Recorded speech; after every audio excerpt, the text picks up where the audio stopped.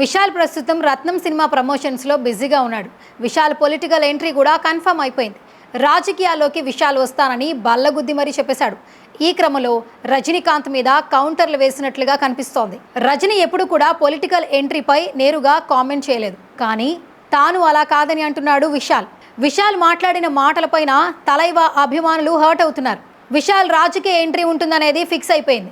ఎప్పుడు వస్తాడనేది పక్కన పెడితే రాజకీయాల్లోకి వస్తాను అని మాత్రం కన్ఫర్మ్ చేసేశాడు.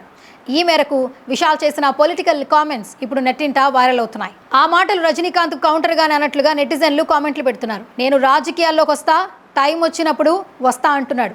ఆ దేవుడు చెప్పినప్పుడు వస్తాను అని మాత్రం చెప్పను, నేను వస్తాను అని క్లియర్గా చెబుతున్నా అని విశాల్ చెప్పిన మాటలు ఇప్పుడు నెట్టింట వైరల్ అవుతున్నాయి. గతంలో రజనీకాంత్ తన పొలిటికల్ ఎంట్రీ మీద ఎంతటి సస్పెన్స్ క్రియేట్ చేశాడో అందరికీ తెలిసిందే.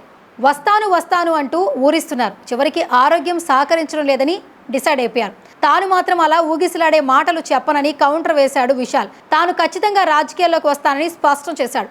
విశాల్ మాటలు చూస్తుంటే రజనీకాంత్కి కౌంటర్ వేసినట్లుగా ఉందని అంతా అనుకుంటున్నారు. విశాల్ తన రత్నం సినిమా ప్రమోషన్స్లో భాగంగా మాట్లాడుతున్న మాటలని కూడా ఇప్పుడు వైరల్ అవుతున్నాయి.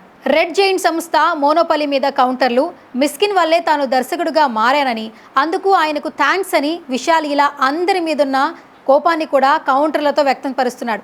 రత్నం మూవీ ఏప్రిల్ 26న విడుదల కానుంది. ట్రైలర్ చూస్తే రొటీన్ కమర్షియల్ యాక్షన్ మూవీ లాగానే కనిపిస్తోంది. ఓ 20 ఏళ్ల క్రితం వచ్చిన చిత్రంలా కనిపిస్తోంది. మరి దర్శకుడు హరి ఈ టైప్ టెంప్లెట్ అలాగే స్టోరీ, స్క్రీన్ ప్లే, యాక్షన్తో ఇప్పటి ఆడియన్స్ను ఎలా ఆకట్టుకుంటాడో వెయిట్ చేయాల్సిందే.